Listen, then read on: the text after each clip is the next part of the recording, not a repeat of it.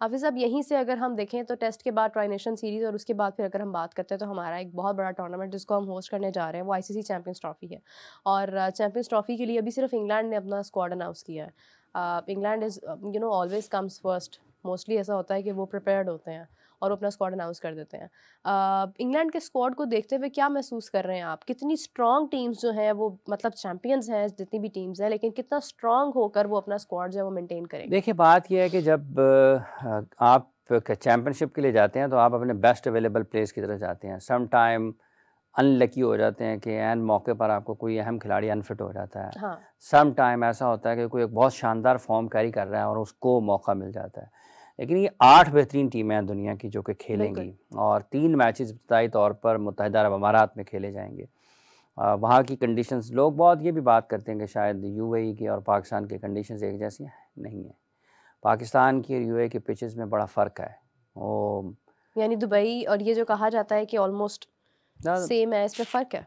बहुत फ़र्क है, उसको समझने की ज़रूरत है। सो इंडिया को ये फ़ायदा होगा कि उन्होंने एक जगह पर मैचेस खेलने हैं, और सारे के सारे मैचेस अगर पहले मैच से लेके अगर वो फाइनल तक जाते हैं तो वो उस लिहाज से प्रिपेयर होंगे, प्रिपेयर तैयार होंगे। होंगे कि हमने किस किस्म के स्क्वाड के साथ ये भी है, जाना है। और अगर वो पाकिस्तान भी आते तो भी उनको ये बेनिफिट था कि वो लाहौर में अपन के सारे मैचेस थे, तब भी उनको एक ही ग्राउंड मुहैया होता। बिल्कुल ऐसे, बिल्कुल ऐसे। लेकिन जिन टीमों ने इंडिया के साथ जाकर दुबई में हाँ। खेलना है, उनको ये देखना पड़ेगा कि वहाँ पर क्या 2 कंडीशंस डिफरेंट किस्म की हैं ना। हाँ। दुबई और पाकिस्तान एक जैसी नहीं है कंडीशंस। पिचेस मुख्तलिफ हैं पाकिस्तान की और यूएई की। तो उसको जो टीमों ने वहाँ पर जाकर खेलना है, उनको दोनों कंडीशंस के एतबार से अपने स्क्वाड को मैनेज करना हाँ, पड़ेगा। अनाउंस करना है कि हमें फास्ट बॉलिंग में क्या चाहिए, हमें स्पिनर कौन से सूट करेंगे अगर हम यूएई खेलने के लिए जाते हैं। इंडिया को ये फ़ायदा होगा, दूसरी टीमों को इन 2 वेन्यूज़ को सामने रखते हुए अपनी टीमों का ऐलान करना है। तो 8 बेहतरीन टीमें, इंग्लैंड ने स्क्वाड का ऐलान किया, अभी देखते हैं आगे और टीमें कैसे अपने प्लेयर्स को लेकर जाती हैं। लेकिन ऑलमोस्ट जब आप इस सतह पर होते हैं कि 5-6 हफ्ते रह गए हैं टूर्नामेंट में, तो तकरीबन तमाम के तमाम क्रिकेट बोर्ड्स या उनके सिलेक्शन कमेटी या थिंक टैंक है, उनको अपने 14-15 प्लेयर्स का पता होता है। पाकिस्तान को भी ऑलमोस्ट पता ही होगा कि कौन कौन से खिलाड़ी हैं, कौन कौन से नहीं हैं। एक आध की ज़्यादा से ज़्यादा बातचीत होगी और वो स्पिन बॉलिंग डिपार्टमेंट में होगी, और हम कई हफ्तों से उसके बारे में जिक्र कर रहे हैं कि अगर कोई ना कहीं आकर फंसेगी पाकिस्तान की सिलेक्शन, तो एक स्पिनर के ऊपर आएगी कि किस स्पिनर को आपने खिलाना है। फास्ट बॉलर्स आपके सामने हैं, फ़खर वापस आ जाएंगे चैंपियंस ट्रॉफी की टीम में, आपकी जो बैटिंग ऑर्डर है वो सारे का सारा फिक्स है। पाकिस्तान के तो पहले मैच के आप 10 खिलाड़ी भी निकाल के रख सकते हैं कि ये 10 खिलाड़ी पाकिस्तान के पहले मैच में हो सकते हैं, एक आध का फ़र्क होना है। सो कोई इतनी हाँ। बड़ा मुश्किल काम नहीं होगा, और जो इस वक्त लोग काम कर रहे हैं उनके लिए और भी ज़्यादा मुश्किल नहीं होगा, क्योंकि उनको पता है कि क्या कैसे, जो हेड कोच है पाकिस्तान टीम के आकिब साहब को आइडिया होगा कि कौन कौन सा खिलाड़ी जा सकता है। हाफिज़ साहब, आपने 10 खिलाड़ियों की बात की है, मेरे माइंड में 2-3 प्लेयर्स ऐसे हैं जिनके बारे में कन्फ्यूजन आती है। अगर मैं देखूँ इमाम, तो I am confused about that. फिर if I talk about Saud Shakeel, Shan Masood, then Sajid Khan, तो मुझे नहीं लगता कि इनमें से कोई भी खिलाड़ी जो है, क्योंकि टेस्ट खेलते आ रहे हैं, इनके साथ एक लेबल लगा दिया गया टेस्ट का, तो मुश्किल नज़र आ रही है कि शायद ये 3 प्लेयर्स सऊद, शान एंड देन साजिद, इनको हम शामिल कर सकते हैं। तो 10 प्लेयर्स में आप किन प्लेयर्स को काउंट कर रहे हैं? देखिए, बात यह है कि अगर तो ये जो अभी इन्होंने खिलाए हैं ना अगेंस्ट ऑस्ट्रेलिया, और इन्होंने ये साउथ खिलाए अफ्रीका। हैं साउथ अफ्रीका में, इन्हीं के गिर्द घूमेंगे ना। हाँ। मतलब अगर आपने सलमान अली आगा और इरफान खान नियाजी और कामरान गुलाम को और तैयब ताहिर को, कामरान गुलाम को खिलाया है, हाँ। तो इसका मतलब यह है कि आप इन्हीं प्लेयर्स के साथ आगे बढ़ना चाहेंगे ना। मिडल ऑर्डर में यही है आपके।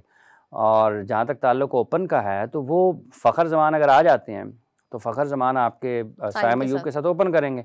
नंबर 3 पर बाबर आएंगे। नीचे रिजवान। नीचे सारे आपकी टीम तो बनी हुई है, वही प्लेयर्स हैं। टीम बनी हुई है, ऐसा नहीं है सिर्फ स्पिनर के ऊपर आके कोई ना कोई बातचीत होगी। इमाम के लिए मुश्किल हो सकता है, क्योंकि अगर आप 3 ओपनर्स की भी बात करेंगे तो पाकिस्तान, अगर तीसरा ओपनर भी खिलाना है पाकिस्तान ने, तो वो ये भी हो सकता है अगर फ़र्ज़ कर लें खुदा न खास्ता कोई अनफिट हो जाता है या कोई इंजरी हो जाती है ड्यूरिंग मैच, तो आपके पास ऑप्शंस हैं। मतलब बाबर को आप नंबर 3 से ओपन करा देंगे, और क्या हो सकता है। सो ये ज़्यादातर यही है, गालिब इम्कान यही है, क्योंकि यही टीम होगी। जो प्रोसेस है इस टीम के तैयार करने का वो यही बताता है। अब अगर इससे हट जाते हैं तो वो कोई और बात है, लेकिन जो टीम इस वक्त खेल रही है, इसका मतलब ये है कि चैंपियंस ट्रॉफी के लिए यही लोग, यही टीम। गालिब इम्कान यही है। ऐन वक्त पर कोई तब्दीली आ जाती है, हो भी सकता है, लाजिम नहीं है कि ये हो, लेकिन जो एक थॉट प्रोसेस है जो आपको समझ आता है, तो उसका मतलब यही है कि ये लोग होंगे। इरफान के बारे में हाफिज साहब आपको लगता है कि हमें शामिल करना चाहिए? टेम्परामेंट उसका बहुत अच्छा है, लोग उसको किसी और तरीके से देखते हैं, लेकिन उसमें जो सबसे बेहतर चीज़ है वो उसका टेम्परामेंट है। क्रिकेट उतनी नहीं खेले हैं ना, मुख्तलिफ हैं कि आपकी स्कोरिंग जोन क्या है, आप कितने कंफर्टेबल हैं डिफरेंट बॉलिंग के ख़िलाफ़। लेकिन पाकिस्तान में जब क्रिकेट खेलेंगे, यूए में खेलेंगे, ये उतनी ज़्यादा मुश्किल नहीं है। स्पिन बॉलिंग के अगेंस्ट जब आप जाएंगे, अगर आपके पास क्वालिटी स्पिन है तो आप कैसे खेलते हैं, उस जगह पर आके आपकी फिर डिबेट होती है कि यार नंबर 6-7 पे अगर आता है तो क्या मतलब है कि कोई बहुत अच्छा स्पिनर होगा, मैनेज करेगा या नहीं करेगा। तो पाकिस्तान की लिमिटेशंस हैं, पाकिस्तान के सारे बैटर्स की मुख्तलिफ फॉर्मेट में, मुख्तलिफ कंडीशंस में अगेंस्ट डिफरेंट बॉलिंग हैं, लेकिन उसका टेम्परामेंट अच्छा है। बाकी स्पिन बॉलिंग को पाकिस्तान में जो अच्छा खेलते हैं वो सलमान अली आगा अच्छा खेलते हैं, रिजवान अच्छा खेलते हैं वनडे मैचेस में, सऊद बहुत अच्छा खेलते हैं अगर वो टेस्ट टीम में टेस्ट मैच खेल रहे हो या वनडे मैच खेल रहे हो, शान अच्छा खेलते हैं। बट ये जो अभी नए नए हैं ना, इनकी जो है वो हैं लिमिटेशन।